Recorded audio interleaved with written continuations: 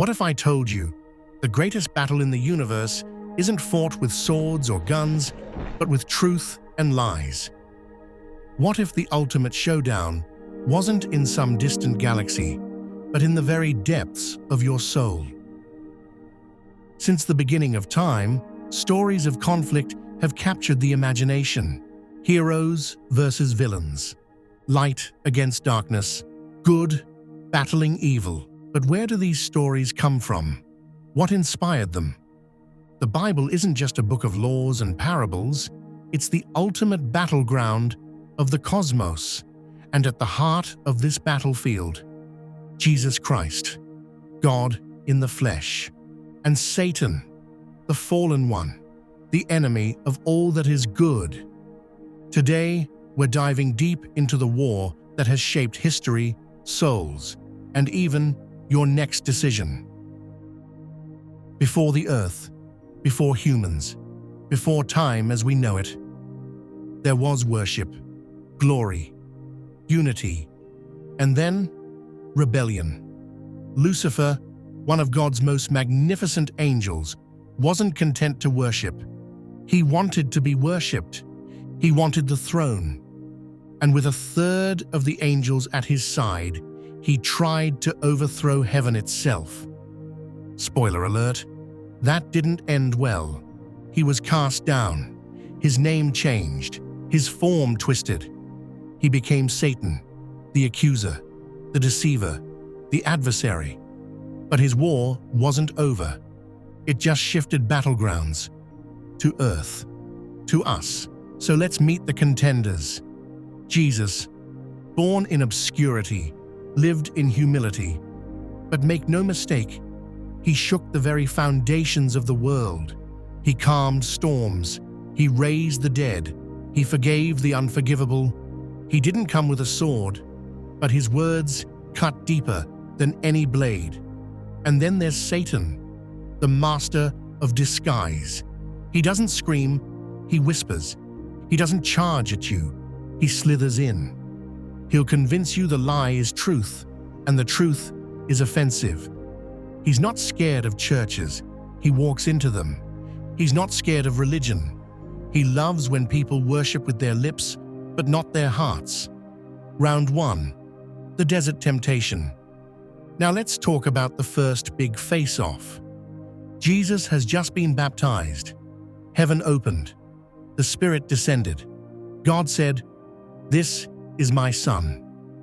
So where does Jesus go next? To a palace? A throne? A cheering crowd? Nope. To the desert. To hunger. To temptation. For 40 days, Jesus eats nothing, survives the wilderness. And then Satan appears, and he doesn't come with an army, he comes with questions. If you're really the Son of God, turn these stones into bread. Jesus is starving. He could do it, but he doesn't. He quotes scripture. Man shall not live by bread alone. Strike 1. Then Satan takes him to the temple. Jump. The angels will catch you. He wants Jesus to test God, perform a miracle for show, be flashy. Jesus responds, You shall not put the Lord your God to the test. Strike 2. Finally, Satan pulls out the big one. He shows Jesus all the kingdoms of the world and says, Bow to me, and I'll give it all to you. He's offering the crown without the cross, the glory without the pain. Jesus says, Away from me, Satan, for it is written, Worship the Lord your God and serve him only. Strike 3. Satan flees. Victory, but the war isn't over. Round 2. The crucifixion. Satan thought he had him this time. The Son of God, bleeding, beaten, nailed to a cross. Jesus looks defeated. He cries out, It is finished. And the earth shakes. Was Satan smiling? Probably, for a moment. But here's the twist. Jesus didn't say, I am finished. He said, It is finished. The sacrifice was complete, the price paid, the chains broken. Satan's worst moment was God's greatest victory. The cross wasn't the end. It was the key that unlocked eternity for all of us. Round 3. Your life right now. Here's where it gets personal. This battle, it didn't stay in ancient deserts or Roman crosses. It's in your life, right now. Every temptation you face, Satan's whispering. Every decision to love, forgive, or obey, Jesus is inviting. When you're scrolling through things you shouldn't. When you're gossiping, lying, holding grudges. You're choosing sides. When you pray, when you give, when you walk away from sin, you're joining Jesus in the fight. The battle continues. In your mind, in your heart, in your home. The Bible doesn't leave the story open-ended. In the book of Revelation, Jesus returns not as a humble carpenter, but as a warrior king. Satan's final defeat is prophesied. The deceiver, the tempter, the enemy of souls, cast into the lake of fire. Forever, evil will be no more. Tears wiped away, peace restored. The battle will end, but today, we're still in it.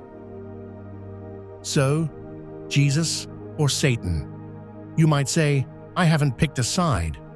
But not choosing is choosing. The war is real, the stakes eternal.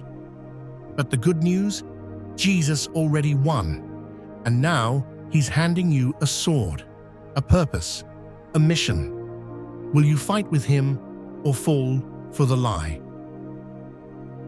If this video opened your eyes, if you're feeling the weight and the hope of this message, like it, share it, and most importantly, join the conversation. Drop a comment. What part of this cosmic battle do you feel the most?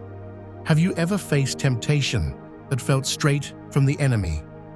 I read every comment, and together, we're building a community of faith, truth, and spiritual power. Subscribe for more Bible breakdowns, spiritual insights, and real talk about the war for your soul. Because this isn't entertainment, this is eternity.